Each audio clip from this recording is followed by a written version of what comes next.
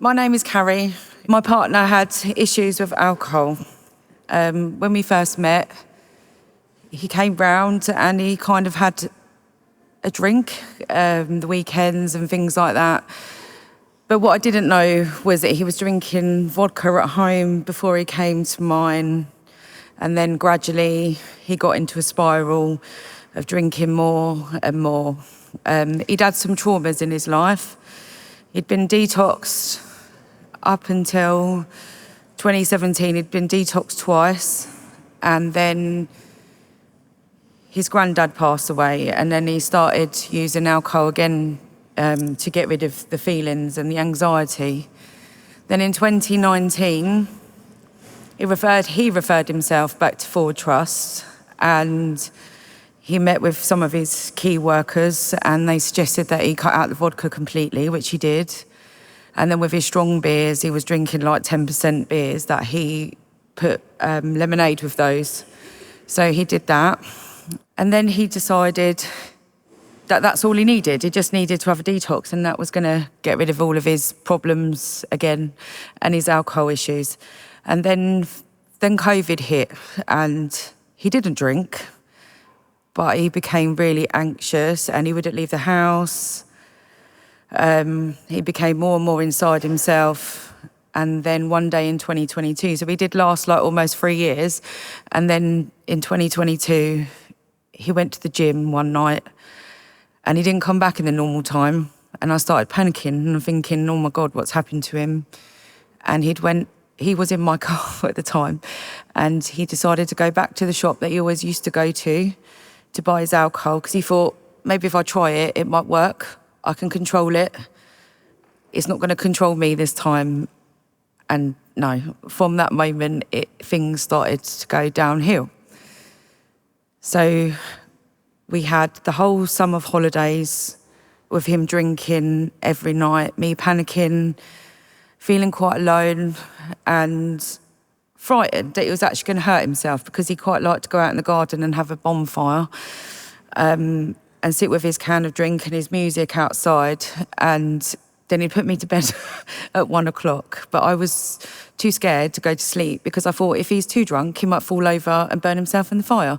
So I used to set an alarm in the middle of the night and then go down and check on him. I also went on holiday. I was also going on holiday to Egypt, and he was kind of drinking. He was trying to do a couple of days without, and then it got more and more and more. But when I went to Egypt, he really hit the vodka, big style. He didn't go back on the strong beers, which was a good thing, because he'd learnt that from before.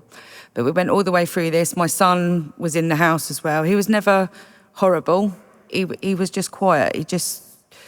I don't know, he just went really into himself. I asked him every day, does he want to go back to Forward Trust? No, I can sort this out. I can sort this out myself. I can control drink. I can sort it out.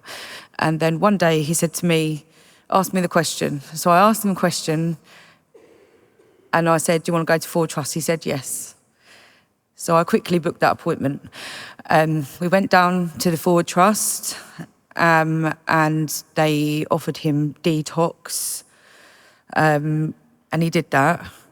But they also offered him the day program. And at first he said, no, I'm not doing that. No, I don't need to do that. I just need to get rid of the alcohol like I did before. So I said to him, what about if you try it and see if things change? So he was nervous, he was anxious, and he decided to try it. They got him signed up and he tried it. And on the Monday morning when I took him down and I left him in the Dover hub, and I said to Stacey, one of the key workers, please don't let him go, because if he goes out for a cigarette, he might run away and not come back. And I left there crying, because I thought, I hope this is the time that I'm not going to keep reliving this circle. So I left him there, and he really enjoyed the first day when I picked him up. And he said, I've read out the book, I've done these things, this, that and the other. And then I thought, okay, then let's see if we can get tomorrow. So he went the next day, And then he went the next day. And then we got to Friday. And normally when he does things, when he gets to the weekend, he thinks, well, yeah, I'm not going to go back Monday. So I was anxious all over the weekend. And then he went back on the Monday.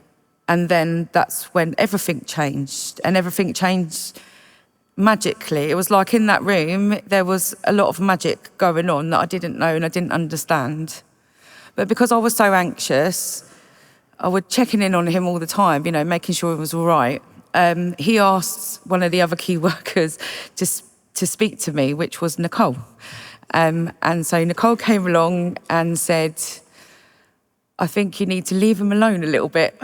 So she took me in and underneath her wing, and she took me to family meetings. And so I started going to family meetings and meeting other people who were feeling just as anxious as I was. Some of them, their family members weren't in recovery, some of them were, but it was really nice to meet a community that could support me.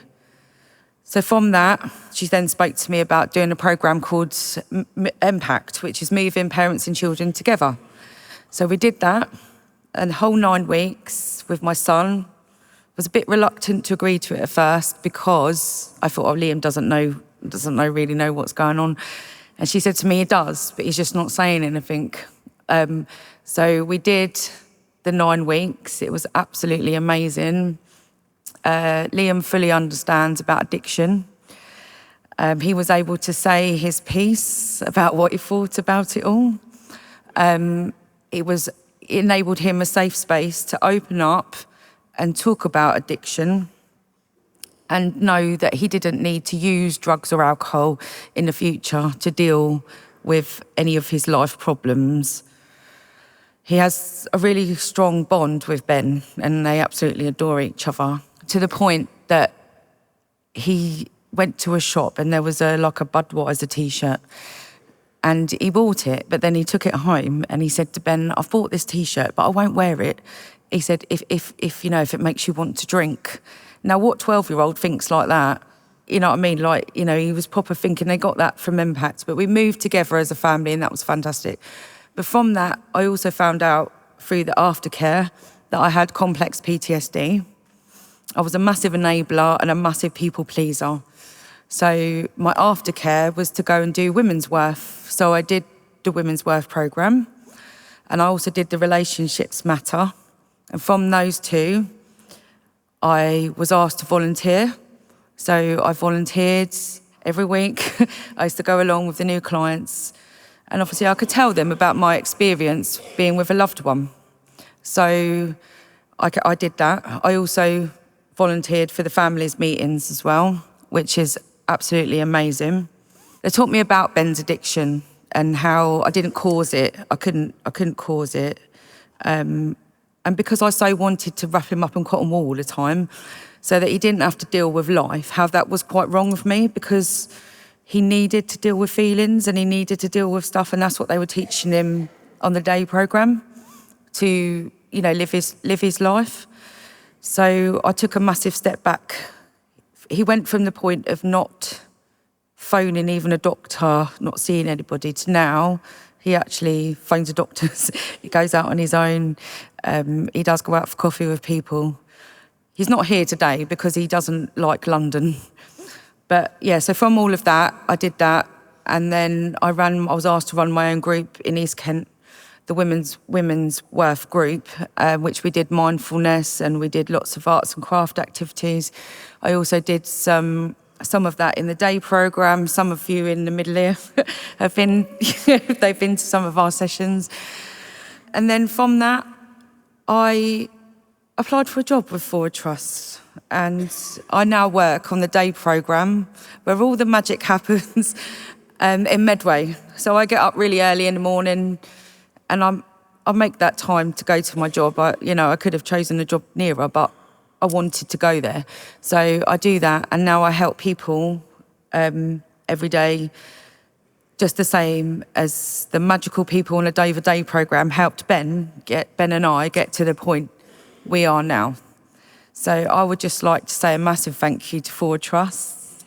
And for the support they gave my family. So if there's anybody out there, family members, Forward Trust is not just for the person that needs the recovery, it's out there for all of you as well.